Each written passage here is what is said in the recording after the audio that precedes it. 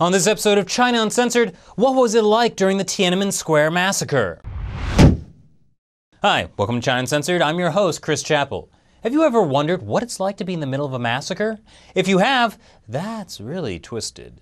But wonder no more. Recently, China historian and former correspondent for the London Observer newspaper, Jonathan Mirsky, sat down with NTD and shared his story of what it was like in Beijing between the night of June 3rd to the next day. I received permission from both parties to show Mirsky's interview here, and one thing was clear. They had no idea what was coming.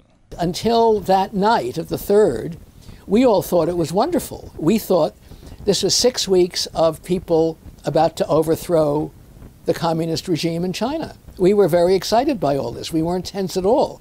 It was the only time in my many years in China that I was ever really happy. But on the night of June 3rd, something changed.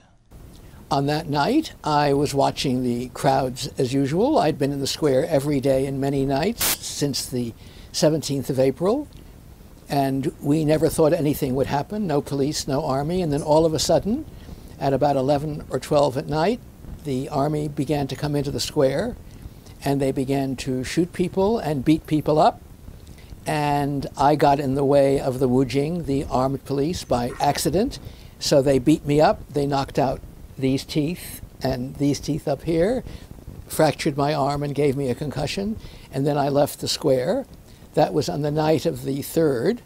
And that might have been the end of it right there for him. When the Wujing were beating me up, I thought they would kill me. When the Wujing beat people and they fell to the ground, the officer then shot them. So I thought, well, in a minute now I'm going to fall down and then he's going to shoot me. Fortunately for him, Robert Thompson, then reporter for the Financial Times, pulled him away and they left the square together. But the next day didn't get any better.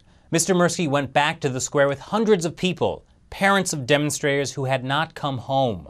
They saw smoke coming out of the square and some thought the army was burning the bodies of students. And then there was an officer there with a lot of soldiers, and he told these people to go away. And he was going to count to 5, and if they didn't go away, he would open fire. So nobody did anything. So he counted to 5, and then the soldiers fired into the air. And then he said, next time we're going to fire at you. So numbers of people fell down, including me. I lay down on the grass at the edge of Chang'an Avenue, and I shouted at these people that the soldiers were using real bullets. But there was so much noise going on, and anyway, I was a foreigner. Why should they pay attention to me? And then the soldiers fired into this crowd of parents, and they shot down a great many of them. And a few minutes later, an ambulance arrived from the Xiehe hospital, from the Peking Union Hospital, where, by coincidence, my father had been in 1934, and the doctors and nurses got out of this ambulance, this white van, in their white smocks and hats, and began to try to help the people on the ground, and then the soldiers shot down the doctors and nurses as well. Quite a lot of people saw that happen. Mirsky saw a lot of killing on the morning of June 4th. At one point, the man standing right next to him, touching his arm, was shot dead by the army. And what was the Communist Party's response to all the killing? Well, the Chinese government said no shots were fired, no one was killed, almost immediately afterwards.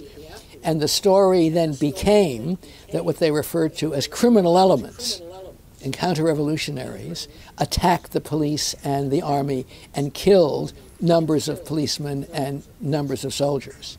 So that if any shots were fired at all, they were purely for the defense of the people who were being attacked by the counter-revolutionary elements. It's a complete lie. And that lying has never stopped. What the Communist Party does about Tiananmen and about all of its violence beginning in 1949 against landlords, then the anti-rightist movement in the late 50s, then the starvation of 59-61, then the counter-revolution, they obscure and lie about what happened, and that's what they're doing about Tiananmen. And the thing that occurred to me this morning was, it's as if the present German government said that to discuss what happened in Germany between 1930 and 1945 is absolutely not to happen, and that people who bring these things up will be imprisoned. But instead, in Germany, it is illegal to deny that there was a Holocaust. And children are taught accurately in Germany about what happened. So there are other ways, but the German government confronts this. China, I don't want to say China, the party in China cannot face it and they don't want to hear about it. But let's all make sure they still hear about it. Thanks again to Mr. Jonathan Mirsky for allowing China Uncensored to use this interview. Help spread the word by sharing this episode and subscribe to China Uncensored for more about all the things the party tries to cover up. I'm Chris Chappell. See you next time.